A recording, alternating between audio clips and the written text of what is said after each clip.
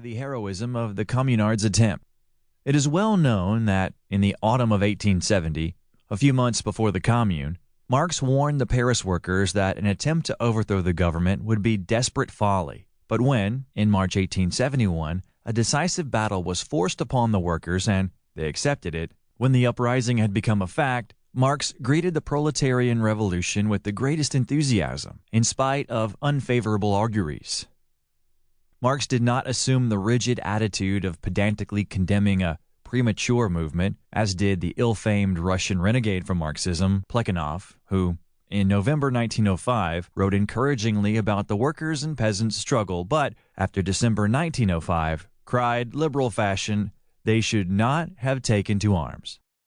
Marx, however, was not only enthusiastic about the heroism of the Communards who stormed the heavens, as he expressed it, although it did not achieve its aim. He regarded the mass revolutionary movement as a historic experiment of gigantic importance, as an advance of the world proletarian revolution, as a practical step that was more important than hundreds of programs and discussions. Marx conceived his task to be to analyze this experiment, to draw lessons and tactics from it, to re-examine his theory in the new light it afforded.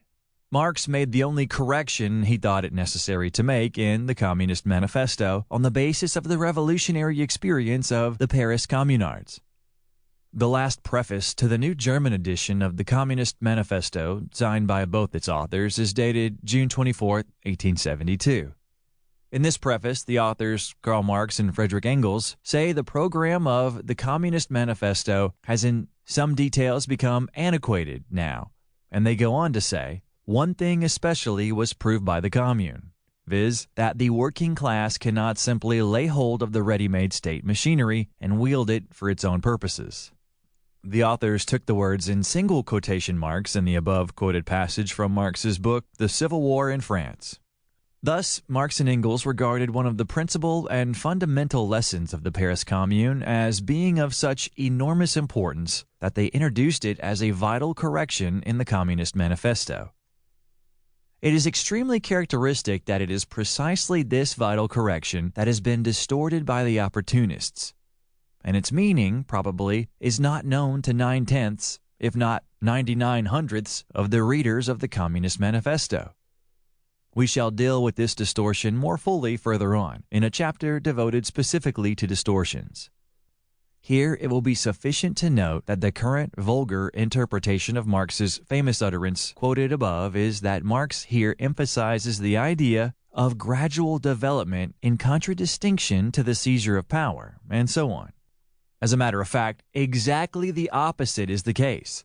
Marx's idea is that the working class must break up, smash the ready-made state machinery, and not confine itself merely to laying hold of it. In April 12, 1871, i.e. just at the time of the Commune, Marx wrote to Kugelmann, "If you look at the last chapter of my 18th Brumaire, you will find that I say that the next attempt of the French Revolution will be no longer, as before, to transfer the bureaucratic military machine from one hand to another, but to smash it.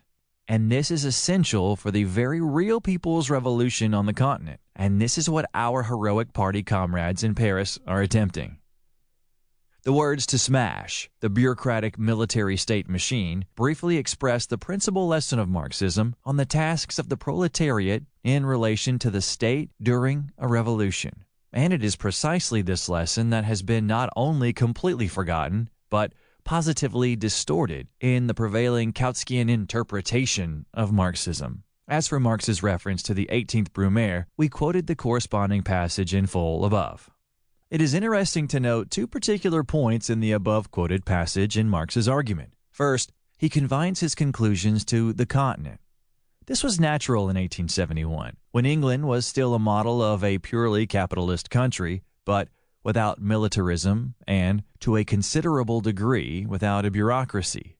Hence, Marx excluded England, where a revolution, even a people's revolution, could be conceived of, and was then possible without the condition of first destroying the ready-made state machinery.